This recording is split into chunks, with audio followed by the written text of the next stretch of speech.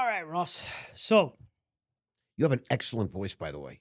thank you. Your voice is really good. You could do like voiceovers, bro. Thank you. Yeah, I've been told I have a I'm good. serious. It's like a deep, serious, like man's voice. I've Like been told I have a good radio voice. it's very good. All right. So, Ross, recently we had people who tuned into the conversation we had about money and how to make money while you're doing nothing and that kind of stuff While you're sleeping. while you're sleeping. So, let's stay on that token. I have another question for you. So,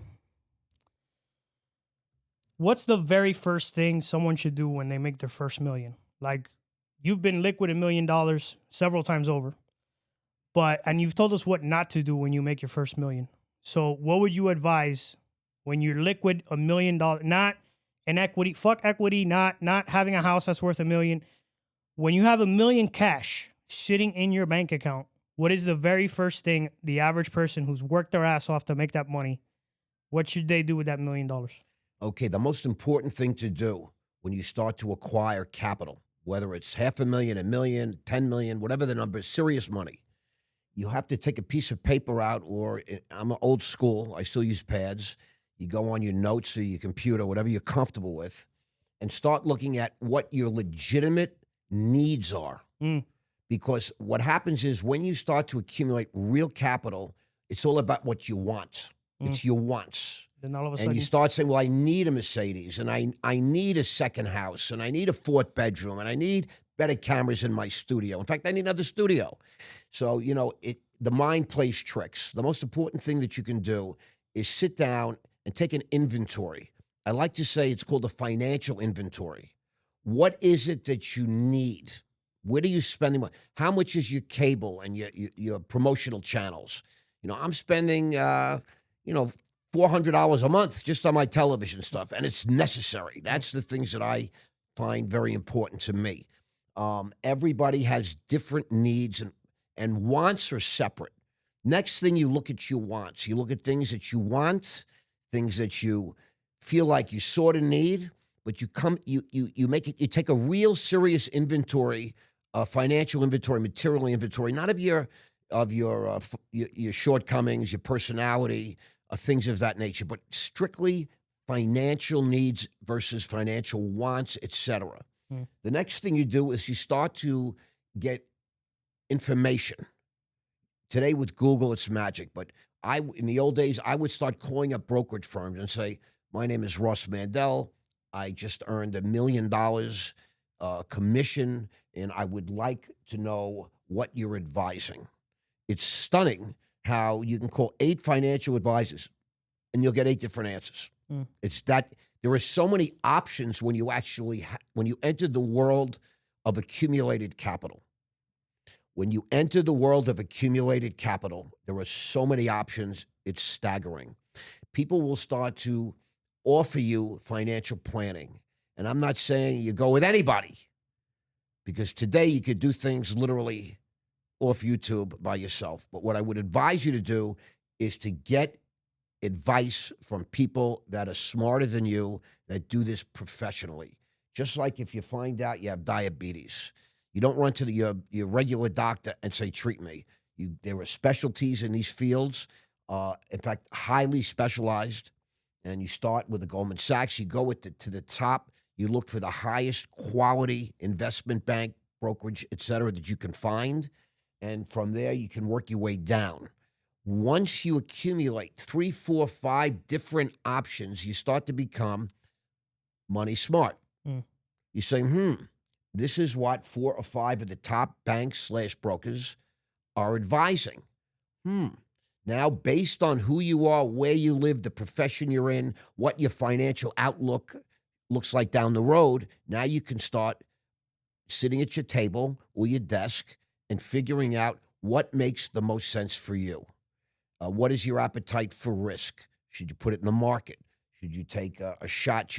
How much of that million is speculative? How much of it you want to put aside, bury it so it yields money while you're sleeping morning, noon, and night? I was always taught early on, growing up in a Jewish household, that you put away enough money that conservatively will take care of your bills. So if you're getting 6%, 8%, you put $1 million away. Let's just say 6%, which you could get it from anywhere today on $1 million if you're willing to put it away for time, 10, 20, 30 years. You get roughly 600,000 a year, which is 50,000 a month. Now that's a nice number. You could afford to pay $10,000 a month in rent and know that for 20 years you don't ever have to worry about rent. And when something goes wrong with the house, you don't have to pay taxes. You don't have to fix up the place because you're renting. The person that owns the building, owns the apartment, owns the house, is obligated to fix all that up. In today's environment where I feel like housing prices are way overvalued, I would suggest putting away a sizable portion of money and knowing that you're getting tax-free income every single month, that you don't touch that money in a very safe offshore haven. I would not keep my money in the United States, which is controversial, but I'm saying it. And what I would say is you pay rent. So you're not now what you do is you paying rent, you're living in a great place, 10 grand a month, you can still get a really terrific place anywhere in America. And then you're looking at other opportunities in business and in real estate. You're looking for a fire sale. The next big crash, you might want to take $500,000 out and start buying some properties, some rental properties, because you might be able to get yourself back 10, 20, 30% on your money every year versus 6 or 8%. But that's what I would do, and that's what I would advise. And if somebody were to DM me, email me, reach out to me, this is what I would tell you to do. Now, you could speak to another guy, and he'll tell you his opinion. Now, the one thing I can tell you about me is I've been doing this 40 years. I've been a millionaire since I'm in my 20s. So it's very, very important that you protect that status. All right. So next question that's along the same token. Let's say Ross wasn't born back in the day. Let's say Ross was a 27 or a 32-year-old millennial in today's economy. And you had $1 million. You were liquid $1 million. You were a kid who's worked his ass off for 10 years. You got $1 million liquid right now. What are the specific industries or opportunities that you see today where maybe somebody like that could take advantage of some things and really change their life? Okay, that's a great question, by the way. And you know, do as I do, not necessarily what I say. What I'm doing, I look for industries that have the most upside growth, things that are sort of undiscovered. But I don't want to go into something that's just a pie in the sky shot because I think so. What do I know? I look at industries that are on the move. I don't have to be the first one in, but if I'm in the first 10% into an industry, now I'm in good shape because there's another 90% coming behind me, right? So if it's 100 people, I'm the number 10. Guess what? I'm 10 out of, but you know what? I'll be 10 out of 100 soon. And so now I'm in good shape. So I look at undiscovered, unregulated gems mostly, or I look at the most regulated. Why? The most regulated are the industries that are the fattest, that'll kick off the most money, the most growth. And that's why everybody's in there. And that's when I talk about these things in the stock market. I would look at investing in companies like an NVIDIA, $3.7 trillion net worth as of Friday's close. I would look at AI centers, data centers, and things of that nature. I would look at really, really high quality, super moving, hot growth, trendy growth stocks, something I can get in and get out. I would only looking to not lock money up in something that's speculative. It's my first $1 million, but I would love to take advantage and see if I could take that $1 million and turn it into 2, 3, or 4 million. And it's very doable in today's stock market. I mean, it's easy. I mean, I was looking at a stock called Sabre, SABR, big company, national NASDAQ, got beat up badly because of COVID and the airlines, et cetera. It was 256 the other day. It closed at it was at 320 the other day. When you can get a stock that you pay 250 and you've already made 75 cents, you just made a friggin' killing.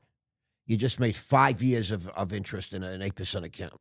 So all I'm saying is look at certain industries. I have gone into the world of social media and becoming an influencer and podcasting. Why? Because it's still new. If you're in the industry, you think it's saturated. That's a joke. It's a new industry. It's completely unregulated, and it's growing like crazy. And you have all these big platforms that they're all trillion-dollar platforms, Meta, Google. You're talking about the TikTok. You're talking about big boys, big enterprise value. And in order for these trillion-dollar companies to maintain trillion-dollar status and to keep growing, they need to keep attracting people. They need viewership. They need eyeballs.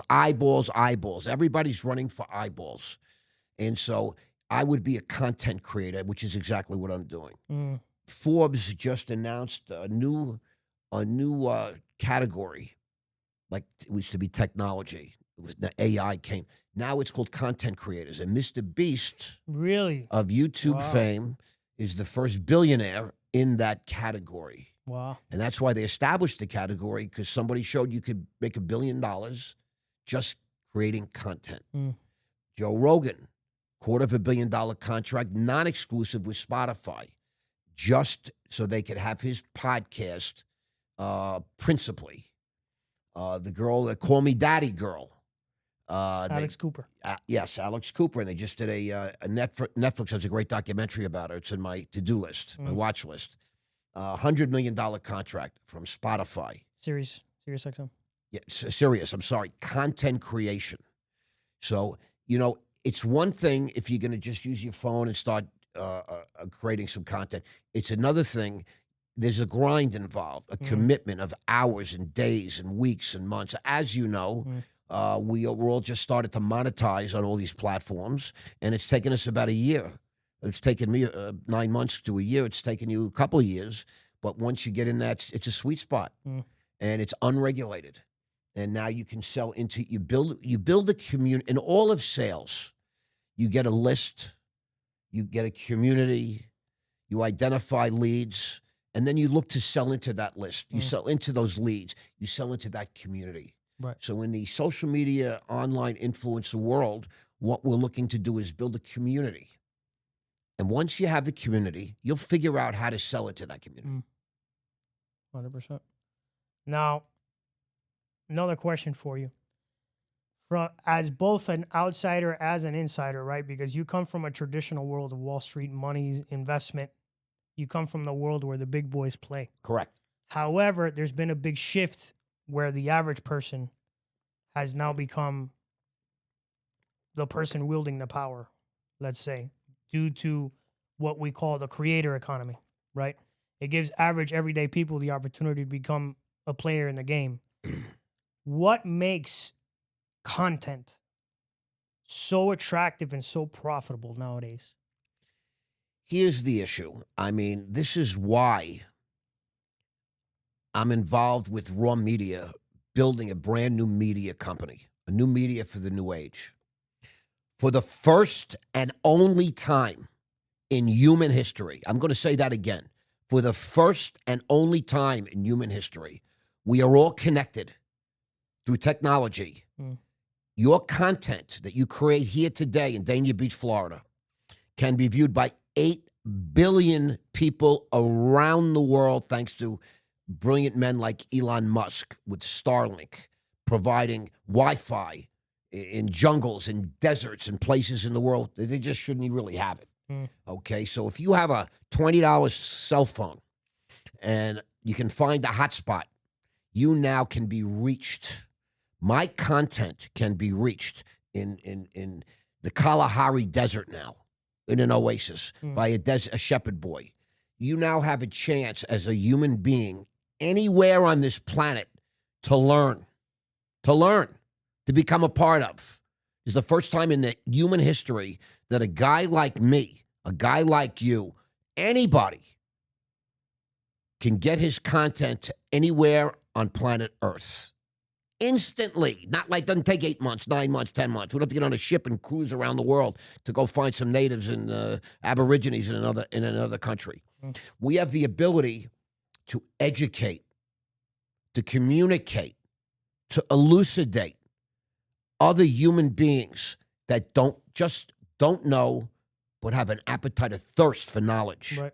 And so that's why Raw Media has been created, because that's the first time in human history any kid, any ambitious young man or woman somewhere in China, somewhere in Australia, somewhere in the outback, in a desert, in a small little place, the Horn of Africa, Antarctica, the North Pole, the South Pole.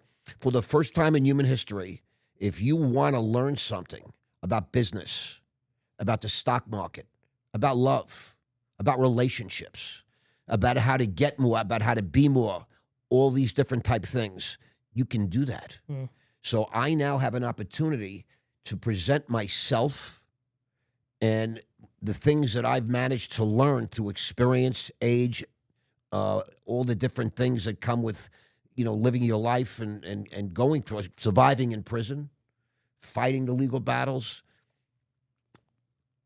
With my experience now has value to somebody, and they no longer have to seek me out.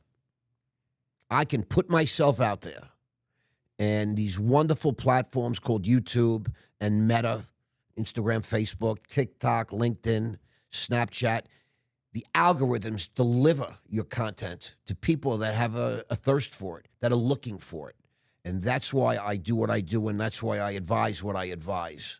It's the first time in human history that we can do this. Why wouldn't I?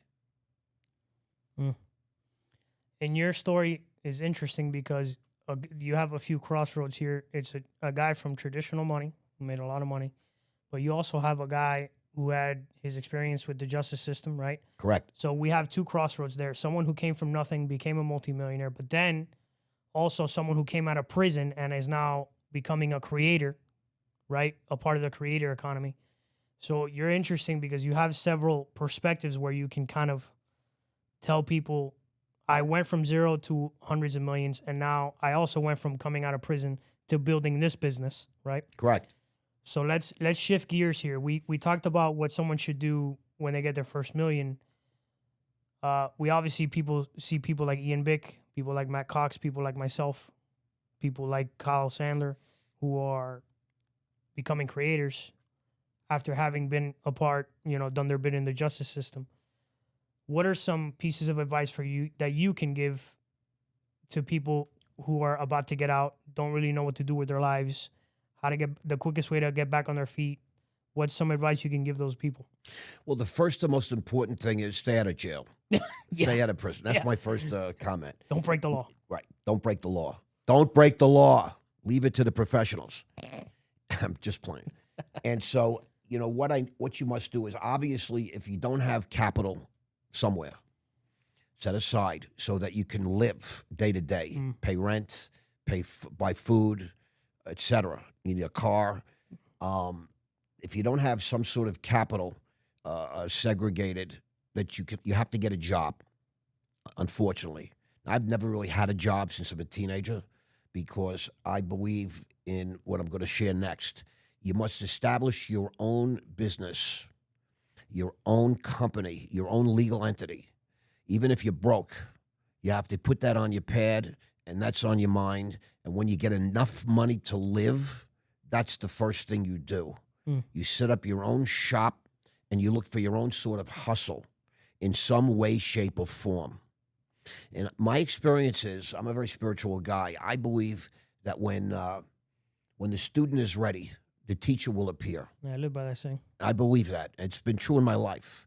And the most important thing you can do is attach yourself to some sort of mentor, some sort of master, somebody that's actually had great financial and life success. It's not just financial success. I know a lot of guys that made a lot of money, and they're scumbags, and there's nobody in their world that they love or that love them. That's not what I want.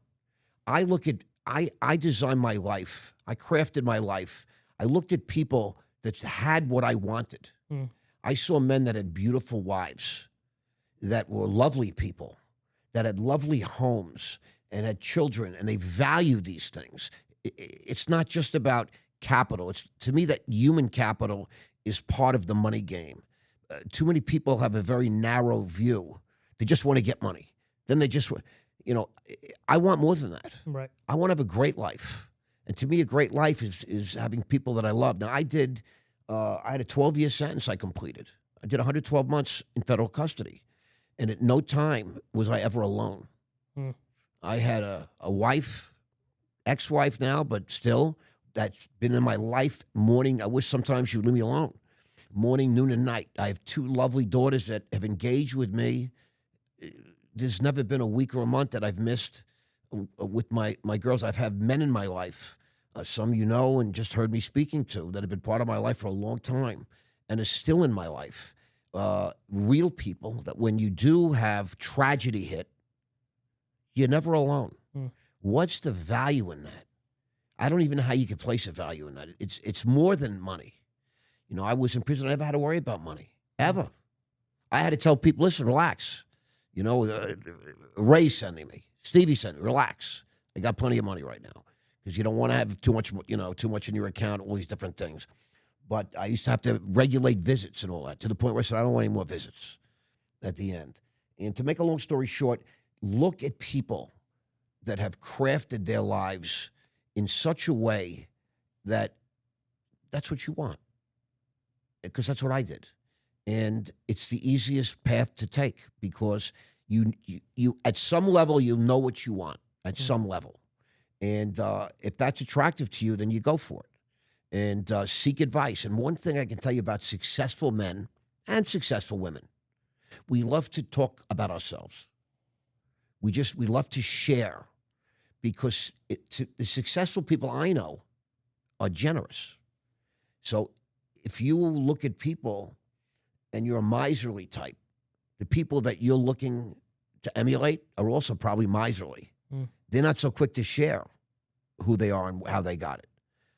For me, I love men that are generous, that want to pick up a check, that want to treat guys to a trip, that want to give extra bonuses to their people, because that's who I am, and that's what I have looked for. So that's my advice. Mentorship, what they call in the world of online influencing, mastermind programs. The most value of anything you can do, if you're looking to spend money, I would say, listen, rather than do some bullshit trip, just go ahead and hire somebody that you admire or you emulate, and you pay him. Sign up for his mastermind and ask him these questions, and he'll guide you. And that to me is one of the greatest things that I'm doing in my life today. Is I have a mastermind program. People are signing up. Reach out to me. DM me. I'm all the social media platforms. info@rossmandell.com. info@rawmedia.com. And sign up for my mastermind. Even just give it a try, because I'll help you tailor and create the life that you're looking for. Something else that we've been getting because of that clip that we got this clip recently where you talked a little bit about how to make money on interest and things like that. So I've been viewing some of the comments, and someone said, "But Ross, I don't understand why the first million is the hardest. Like, there's something about it, at least from the outside looking in, and I kind of agree with what the guy said on the comment, is that for some reason the first million is impossible. Like, it's always the hardest. And after that, it just seems like you'll never run out of money for some reason. Like, maybe money begets money, that kind of thing. But why is it specifically that the first million is the hardest? Is it because of your lack of knowledge? Is it because you don't have the know-how, you're around the wrong people? What is it about that first $1 million that makes it so hard to make? Well, I could unpack a lot of things you said in there, because every single guy I know who had $1 million lost it. Okay, so when you think you have $1 million, you have all the money in the world. Very important. It's a joke, because I never met a guy that had $1 million that wasn't dead broke sometime after, because $1 million is really should be your ground zero. In my world, when a guy says he's flat broke, that means he's down to his last million. Because when you're down to that last million, you're choking because you don't want to spend it, but you got to survive, right? And that sometimes is a big motivating factor. You know, you're going to find in life, the first of anything is the hardest. I'll never forget the first time I had to ask a girl to go out with me. I was so nervous, and I in my mind I rehearsed that line 100 different times. I was a kid, obviously. The first time I tried to kiss a girl, I was again a very young boy, and I remember it was so stressful. And you know, as you go through life, you realize that once you've done it, it's easy to do again. The first time in almost everything, most firsts happen by accident, but something that's a first is difficult. I'll tell you why. It's common and accepted knowledge that experience is the best teacher. So once you experience, it's not about making $1 million. Everybody makes $1 million over the course of a life. It's about having $1 million. Accumulating $1 million is a lot harder than making 10 million. Just so you guys know, accumulating $1 million, having $1 million set aside, that you can now say you've got $1 million in capital, you're a millionaire, and you can live your life without touching that million. Now you know you've done something spectacular. And it takes a lot of knowledge you don't have, a lot of discipline you probably don't have, and a lot of things that you don't understand. Because you don't just accumulate $1 million, generally speaking, in 1 minute. It's something that's cumulative as a result of making a few big scores, saving, putting it aside. Before I actually had $1 million, I spent $5 million. I'm being very candid. I was a drug addict. I was an alcoholic. I was in my early 20s, and I just wanted to have fun. Second I had money, I flew here, I flew there. I flew first class, and I rented private jets. I treated all my friends. I went to the best hotels, the most expensive holidays. I ate in the most famous, the best restaurants, and I had to go to all of them. And I grew up in New York City. Dinner was hundreds of dollars. Champagne, I had to drink the best champagne. I'm a drunk, so I could drink 18 bottles of Dom Perignon or Cristal Rosé, etc. So, actually accumulating capital is very different than earning it. I love when I meet guys and they tell me how much they're making. I love that because, as my grandmother would say, tell me how much you have. I never met guys that they tell you how much they're making, they're generally broke. That's just a rule of thumb. And I just want you guys to know that these are really pertinent questions, and I hope you're paying attention. So one more question that came to mind here was, is there a specific number that people should be aiming for? Like, is there a specific number, like once you amass this certain amount of capital, now things change for real? Is it 1 million? Is it 10 million? Is it 100,000? Is there a certain number people should be aiming for? 1,000,000%, not even 1,000%, way past 100%. You must have, in order to accumulate capital, you must have goals. You must have very specific and achievable goals. I have goals, weekly goals, monthly goals, yearly goals. I keep them on a pad and I reflect on them often. If you do not have that discipline, you will never accumulate capital. You must have specific, achievable goals and understand. Your goals will tell you what it is that you need. When I was a young man, my goal was to have $100,000 cash in a spot where I actually had $100,000. And it was really a really important thing for me. My plan was to buy a boat and live in the Bahamas or in South Florida in the Keys and live on the boat and smoke weed and drink rum and listen to Jimmy Buffett and different, reggae people and just hang out and enjoy life. That was really one of my goals early on. And I'll never forget when I got that first $100,000 cash. It happened very quickly for me. Because I've always been a very hard worker and a very good earner. And if you listen to my advice, you can be too. But I realized how silly that was. But even when I started on Wall Street, I remember thinking, so I'll buy a bigger boat. And maybe instead of $100,000, I'll have $1 million. And it got to a point where I used to have $1 million sitting in a box that I kept pretty close to me, all the time. And, it's you have a very different understanding of money when you have these sort of capital disciplines, I call them. You have a very different understanding. So Ross, going along that same kind of token, what are key differences that you see between money, finance, getting rich, right? Like what are some things that existed in your day that don't exist anymore? And what are some things in the current economy that weren't in your day that you didn't have the advantage, like the opportunity to take advantage of? So again, break it down. I What are, understand. I understand the question. It's a great question, and I deal with this every day.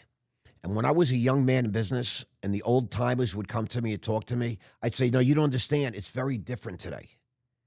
And when I was in my 40s, and I met young men that came to work for me in their 20s, and I would give them some advice. Say, "Ross, you don't understand, Mr. Mandell. It's very different today."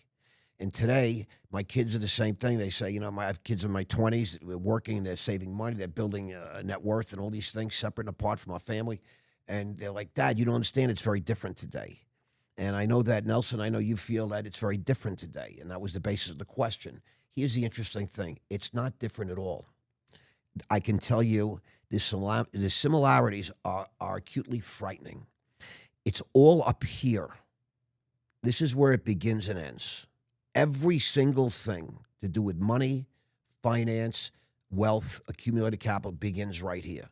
Anybody that tells you different is a moron, okay? Even the guy that wins the lotto, he had to go and get the money and play the lotto, right? So he made a decision, and for whatever the reason, God favored him when the odds did not. And I would not recommend that as a course of serious action. But here's the point. Once you make a decision up here that you're going to become wealthy, that you want the lifestyle and the freedom that true wealth offers, you've made a decision. That's it. That decision has been the same since the beginning of mankind. I want to be the toughest guy in the tribe. I want to have the most wealth in the tribe. That's where it begins. I guess 1,000 years ago, we accumulated sheep and cattle, right? Things of that nature. We grew fields. We accumulated seeds. We had the most plants. We grew the most fruit. And then in the 1800s, we had an industrial age. I'm going to build factories. I'm going to produce the most goods. And today, you have a chance to be on social media and accumulate the most followers and have big communities. And I'm going to create the most content. It's all the same. There's no difference. If you have that appetite, if you have that thirst, there is nothing that you cannot do. I recently did a podcast with a guy named Anthony Lally. He was a fat kid. He was 5'7", and he was always the fat kid. And he went into business, and he ended up becoming a multimillionaire. He gave Spike Lee $1 million. He was a Grant Cardone disciple. These were mentors of him that taught him business. And then he found this magnificent woman, Teresa, from Albania, and married her. And he ballooned up to 320 pounds. And whenever she talked about his health and his waistline, he would say, "Babe, listen, the business is too much pressure. I can't do it." At some point, he made a decision here. The most valuable real estate in the world, the 6 inches between your eyes, between your ears. That is the most valuable real estate you will ever have an opportunity to own. And those decisions that you make will guide your life. He made a decision that he was not going to be the fat guy anymore. And he went from 322 pounds at his height to 172 pounds at 5'7", and got on stage and competed in bodybuilding contests. He had 2,000 staples in his body because he had so much stretch mark and skin hanging off him, because he lost all this weight in 1 year. In 1 year. And he had a radical surgery. He had 2,000 stitches and staples across his body. And the surgeon says, "You can't do anything for 6 months. You got to heal." 2 weeks later, he was back in the gym. And you know what? He ended up appearing on stage, and he made a documentary. It's called The Fat Lollies. And then when his wife saw it, she was already hot. But she said, "You know what? I'm going to become a bikini model." And she ended up doing it. And it all stems from the real estate between your ears, the most valuable real estate you'll ever own. And guess what? Guess what? You already own that property. You own the most valuable property you're ever going to see. And what are you doing with it? What are you doing with that property? Do you understand what that property yields? It begins with making a decision, having a goal, and then than developing the discipline, the wherewithal to figure out how to get there. I have a guy in my life, his name is Nelson. I was talking about him today, to my friend Larry and to my friend Stevie. And they both used the word that I taught them, I believe. Nelson has stick-to-itiveness. He does, when he has a bee in his bonnet, he's stubborn. He's stubborn as fuck, by the way.